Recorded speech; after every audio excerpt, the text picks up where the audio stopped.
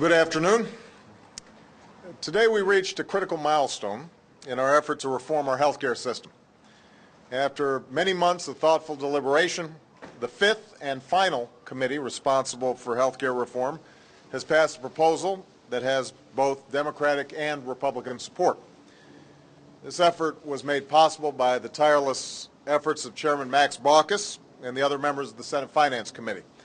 It's a product of vigorous debate and difficult negotiations. After the consideration of hundreds of amendments, it includes ideas from both Democrats and Republicans, which is why it enjoys the support of people from both parties. And I want to particularly thank Senator Olympia Snowe for both the political courage and the seriousness of purpose that she's demonstrated throughout this process. Now, this bill is not perfect, and we have a lot of difficult work ahead of us.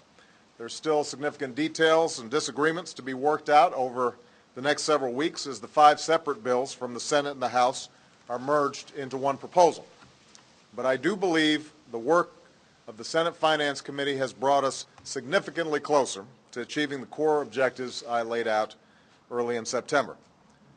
Most importantly, this bill goes a long way towards offering security to those who have insurance and affordable options for those who don't. It reins in some of the worst practices of the insurance industry, like the denial of coverage due to pre-existing conditions.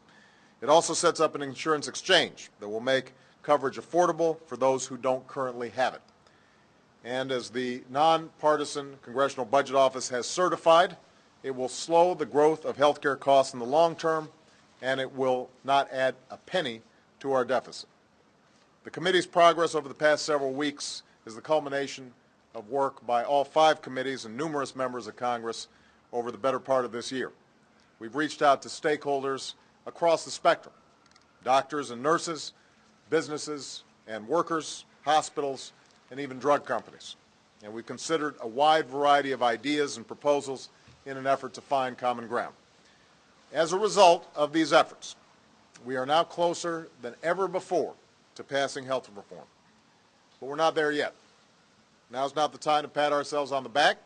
Now's not the time to offer ourselves congratulations. Now's the time to dig in and work even harder to get this done.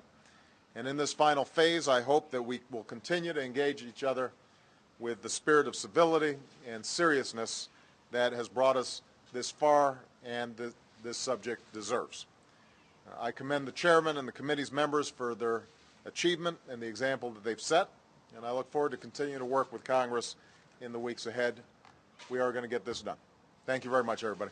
Did you rule it out a public option? Are you upset with the insurance companies, Mr. President?